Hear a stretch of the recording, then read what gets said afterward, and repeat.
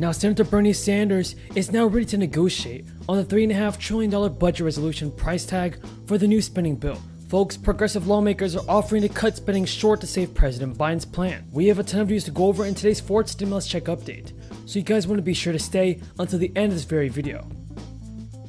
A failure to raise the debt limit will call into question Congress's willingness to meet our obligations that we've already incurred. Not new ones, we've already incurred. This is going to undermine the safety of U.S. Treasury securities, and it will threaten the reserve status of the dollar as the world's currency that the world relies on.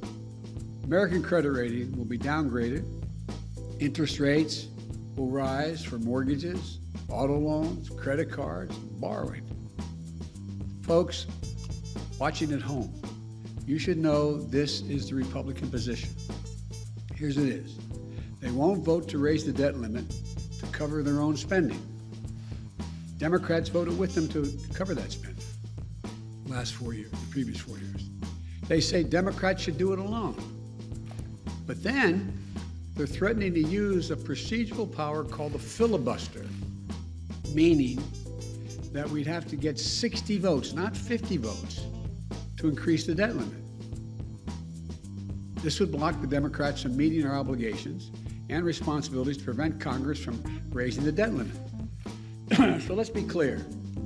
Not only are Republicans refusing to do their job, they're threatening to use their power, to prevent us from doing our job, saving the economy from a catastrophic event.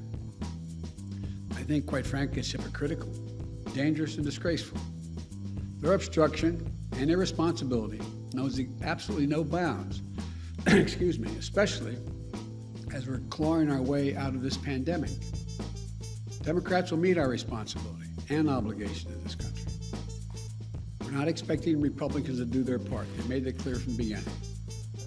We tried asking to no avail.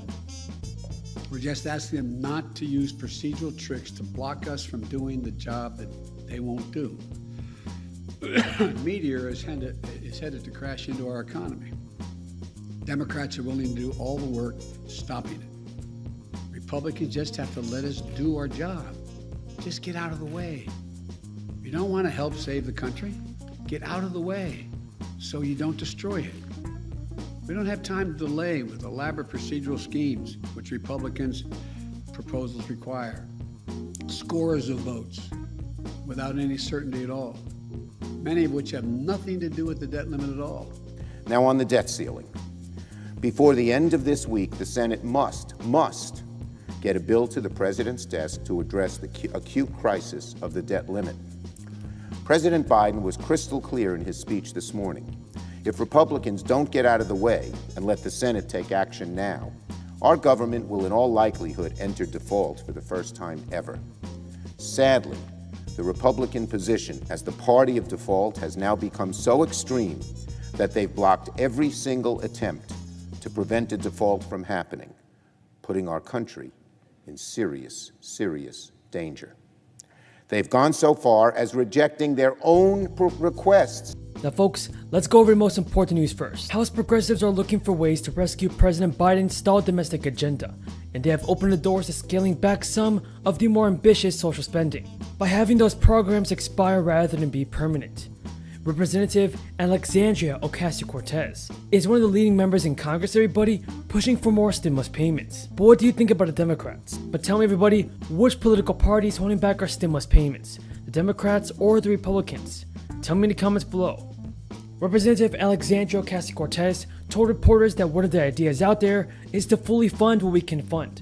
But instead of funding it for 10 years, fund it for only 5 years. So Democrats are also looking for ways out of their deadlock after 3 days after Nancy Pelosi. President Biden's economic agenda, folks, should include a fourth stimulus check. He already sent out the third stimulus payments, and now he must do two things: increase the Social Security benefits to help out our seniors, and pass out more stimulus payments. 101 years ago, after fighting, marching, struggling, starving, being starved, women gained the right to vote, won the right to vote. The newspapers at the time said women given the right to vote. That could not have been further from the truth. Now, Biden's domestic goals, everybody, is of course that the Democrats remain in Congress next year for the midterms. Pelosi has pushed to pass a $1 trillion bipartisan bill and her party's separate $3.5 trillion spending plan at the same time. But this process could take weeks or even months, as the House needs to find a way to join the Senate in passing a budget resolution before lawmakers write a final proposal. Folks, Pelosi must get together with the Democrats as well as the Republicans in order for the stimulus checks to be sent out. Came up with a brilliant idea. And the brilliant idea was to go forward with what is called a chain CPI, which is a fancy term for cutting cost of living adjustments for Social Security, for the elderly and the disabled. Anyone here know what the last COLA was this year that seniors on Social Security received? Who knows what it was?